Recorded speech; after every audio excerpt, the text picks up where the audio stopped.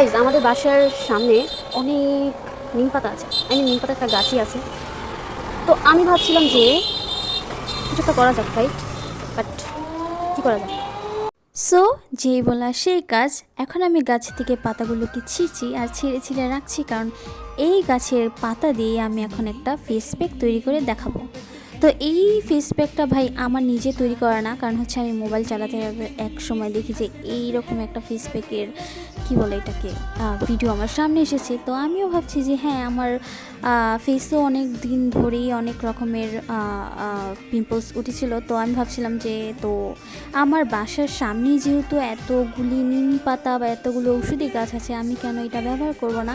So আমি সবগুলোকেই ছিঁড়ে নিয়ে এখানে ধুয়ে নিয়েছি। 3 দিন পরে নিম পাতার এই অবস্থা একদম শুকিয়ে গিয়েছে। দেখো যেমন একটা ঠিক যদি হচ্ছে এটা ভেঙে যাচ্ছে। তো এমন অবস্থা হচ্ছে একটু ব্যান্ড করা লাগবে।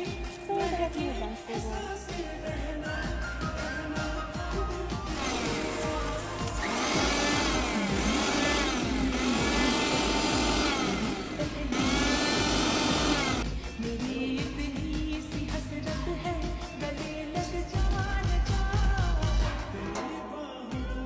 সো আমি চলে এসেছি ফেস প্যাক তৈরি করার জন্য। সো এখানে আমি নিয়ে নিয়েছি নিম পাতার গুঁড়ো, আর হচ্ছে বেসন, আর হচ্ছে হলুদের গুঁড়ো।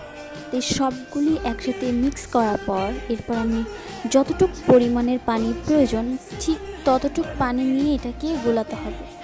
তো আমার ফেস প্যাক রেডি, তোমরা এটাকে ট্রাই করতে পারো।